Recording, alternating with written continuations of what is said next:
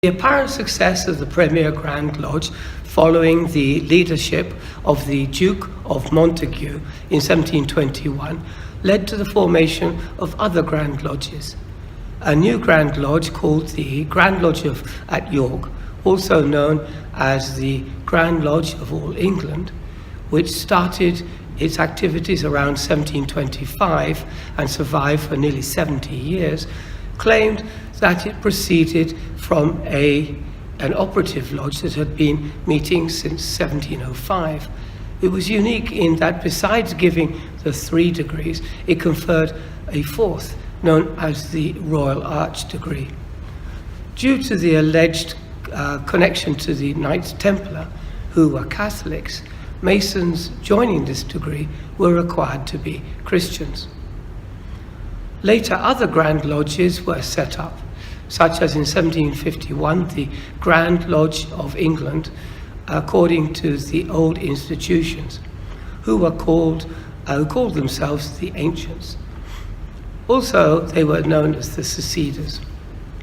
This led to the Great Schism between them and the Premier Grand Lodge, which by then claimed the title of the Grand Lodge of England.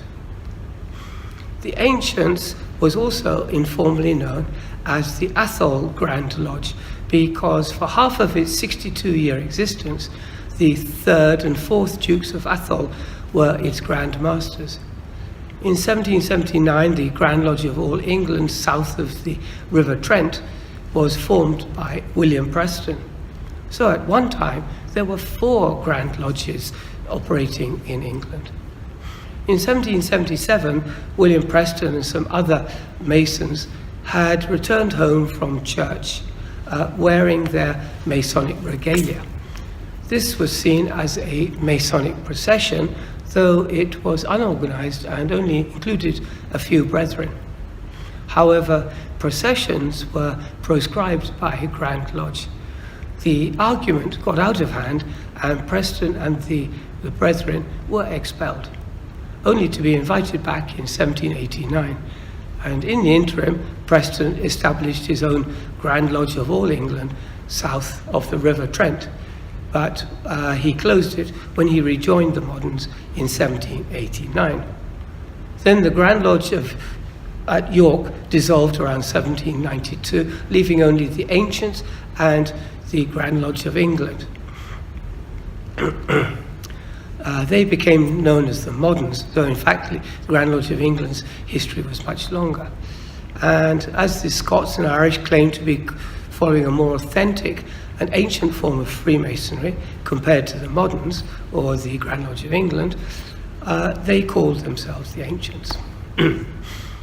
The division between the Ancients and the Moderns was a difficult situation that lasted more than 60 years. The Ancients claimed that the Moderns had changed the rituals, adding new innovations, which was actually true. Also, it seems that many of the lodges under the Ancients had members who were Irish and Scottish, so that they had traditions that differed from the Grand Lodge of England. The Great Schism, or Great Dissension, started around 1753, following the establishment of the Ancients, led by Lawrence Dermot, the 2nd Grand Secretary.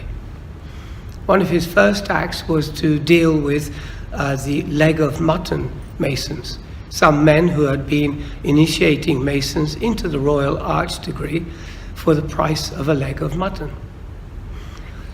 Dermot questioned these Masons, but they knew nothing about the Royal Arch ritual, though they also claimed to be teaching what they called a Masonic method of achieving invisibility. Dermot was the Deputy Grand Master for 25 years and led the Ancients in a role similar to Desaguliers, who 30 years before. The Ancients were graced with their first noble Grand Master in 1756, the Irish Earl of Blessington, and later the John Murray, the 3rd Duke of Atholl, followed by his son, the 4th Duke. But this is an interesting development because the second Duke of Atholl had been attainted in the blood for treason for his part in the Jacobite rising of 1745, and the dukedom should have been extinguished. When the Grand Secretary Lawrence Dermot set up the Ancients, based at the Turk's Head Tavern in Soho in London, he had welcomed Scottish and Irish Masons, and as the Scots and Irish had been largely discriminated against by the English following the Act of Uniformity in 1662, they were probably unwelcome at lodges under the Grand Lodge of England. The 60-year rivalry between the two Grand Lodges also split the English membership, as many were attracted by the Ancients' 4-degree ritual, which included the Royal Arch degree, some considering it to be the extension of the 3 degrees, 3 degrees, yes. And Dermot also scorned the moderns, calling them, saying that their greatest Masonic symbols were the knife and fork. The reasons for the feud between the moderns and ancients is not exactly clear. Besides changes in the ritual, it has been suggested that following the establishment of a Masonic charity for the relief of poor and distressed Freemasons, there was an increase in requests for assistance. Many who claimed to be Freemasons had actually learnt what they could from the various exposés in newspapers to exploit the charity. This led the Premier Grand Lodge to change the passwords and signs of recognition to counter fraud. According to Mackay's revised Encyclopedia of Freemasonry, the first and second degree passwords were reversed. Secondly, not just the innovations, but also the rewriting and expansion of the 2-degree ritual by adding a 3rd degree also annoyed traditionalists. The result was that many Scottish and Irish Masons were no longer welcome in the London lodges. A third cause for the schism may be that the membership of each Grand Lodge was very different. The Grand Lodge of England had started as a fairly elitist organisation, though by the 1750s it may have changed somewhat.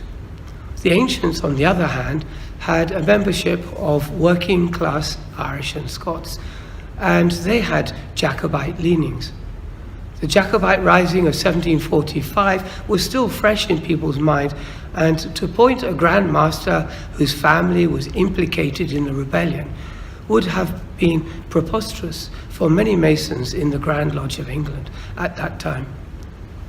At the Union of 1813, 2 substitutes for the lost word were added to the emulation ritual of the Grand Lodge of England as a compromise with the Ancients. The situation came about as neither the moderns with MHB or the Ancients with MBN would compromise on this most important password. These words were made public for the first time in the exposé Jachin and Boaz in 1762. The modern's MHB has been translated from Hebrew as either meaning the builder is dead or rottenness in the bone, but according to Mackay, these phrases are equally far from the truth.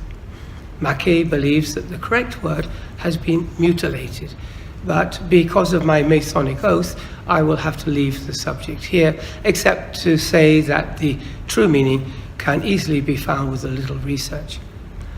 The import of the Ancients' password, MBN, as found in the exposé Masonry Dissected, is much more important. Again, Mackay is to be referred to for this explanation. He states that the House of Stuart sought in every way to make the institution of Freemasonry, in other words, the Ancients, a political instrument in their schemes for the restoration of their exiled monarch. So for the Ancients, the widow's son referred to the exiled King James II, as he was the son of Henrietta Maria, the widow of the executed Charles I, and by extension it referred to the old pretender as well. Then the password MBN was created from Gaelic, meaning the Blessed Son. Again, this Jacobite allusion would not have endeared the moderns to the ancients, and thus the derogatory term goat, which I talked about in another video, was used to refer to the ancient Grand Lodge. Thank you.